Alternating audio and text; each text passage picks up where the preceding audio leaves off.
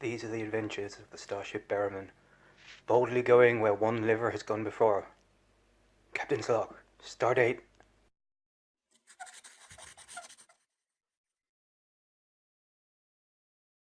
Hi everyone, it's been a while. I got called back into hospital, and instead of recording as it happened, I kind of thought to myself, I'll wait until it's all gone through and then I'll record something to update, like a summary. Unfortunately, I was thinking that this was just going to be a 1 day thing or something like that. It turned out to be a bit longer, and the longer I left it, the more difficult it became to kind of go back and tell the story and update you guys. So I apologise that it's been so long since my last vlog. I'm doing this slightly differently today. As you notice, I've gone back to a very rough and ready style. There will be minimal editing in this one, just because I'm working on my speaking skills, which is something else I will talk about at some point. But yeah, so I got called back into the hospital. We know that liver transplants almost always have some kind of complication. You get called back in for at least once, and I am no exception. I got called back in because my ALTs, or my blood figures, went high. So ALTs is a...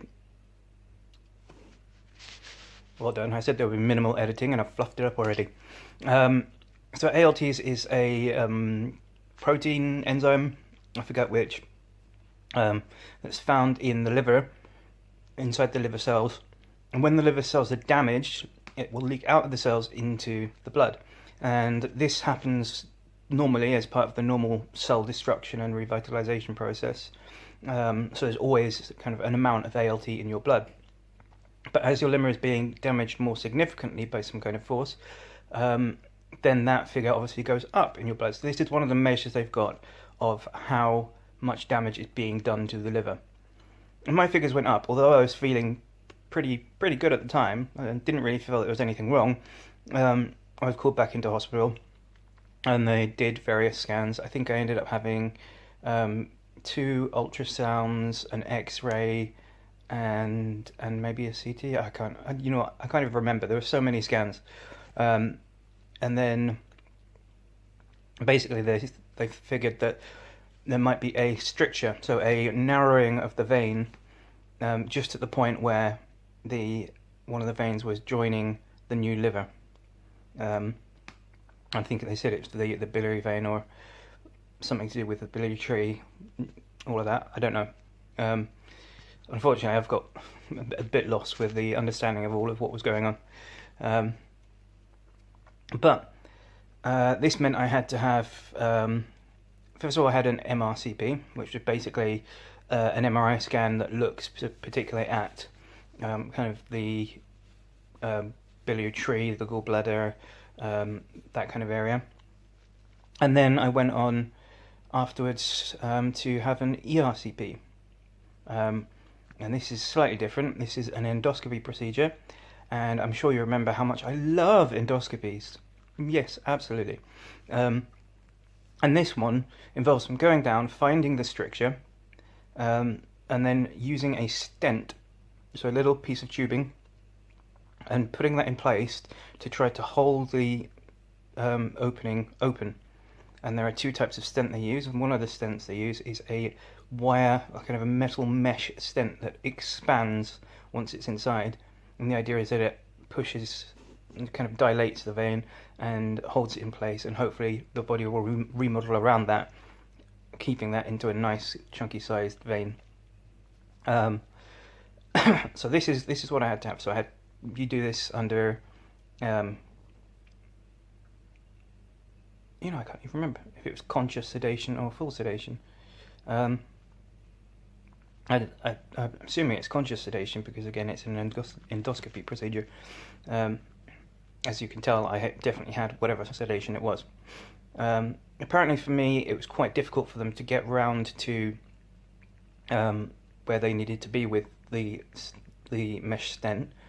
So what they did is they used another stent first, put that in place to help guide it, and then fed the second stent through out into where it needed to be, and then released it.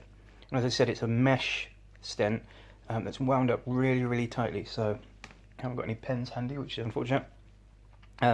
It's about the size of the inside of a biro when it goes in. It's about that kind of thickness. It's wound up really tight, and then it expands once it's released to about 1 centimeter wide and 8 centimeters long. So it's quite a big piece, and I actually got to see an X-ray of this the other day when they were looking at that stent and the other one to see if the other one had fallen out yet. It hasn't, and you can actually see it very clearly on the X-ray. I'm getting a copy of that image, and I will hopefully include that on one of my future vlogs. I wanted to include it on this one, but unfortunately the shot I took with my phone just didn't come out visible, so we'll have to wait for that one. But yeah, so that's kind of what's been going on. Been in and out of hospital again, spent another, a week in hospital, out of hospital but going back in for various tests and scans and things.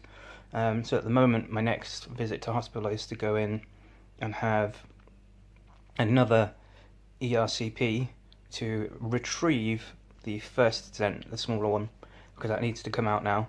The hope was that it would just fall out into the digestive system itself, but it's kind of, because of the way my system loops around, it's kind of being held in place by the larger stent. So they're going to have to go in and pull it out. So yeah, I have to look forward to that one. Another endoscopy, and I will have to have probably another one to remove the final stent. Yay! So I managed to get all the perfect complications to make it the least pleasant as possible for me.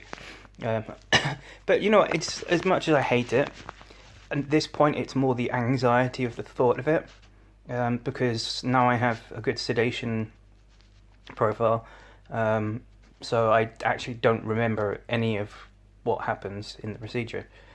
So it's pretty much like just being put to sleep and then waking up and it's done. But the whole thought of it still caused me massive anxiety, just because the first time I had it, sedation wasn't effective, and I had a full-on panic attack. So yeah, not pleasant. But yeah, so other than that, in the admin side of my life, things have been very daunting. I'm really struggling to get myself to actually face the fears and apply for all the benefits and things like that. So I have finally got the forms that I need to do, and I'm trying to fill them out. I've no idea how they expect somebody who's got like serious difficulties to fill these forms out, because they baffle me, and I'm fairly compos mentis, fairly. So yeah, that's the way things are at the moment. I'm not going to waffle on because I'm not looking at the time, and I don't want to just waffle on for too long. But I thought I'd do a quick update, let you guys know who I am. Who I am? Well, it's been that long. Let you guys know how I am, and hopefully this will get me back into pushing up some updates more regularly. I do have some still from my original stay in the ward that I need to put up, so look forward to those, including the time my skin fell off. Yeah. Have a good day.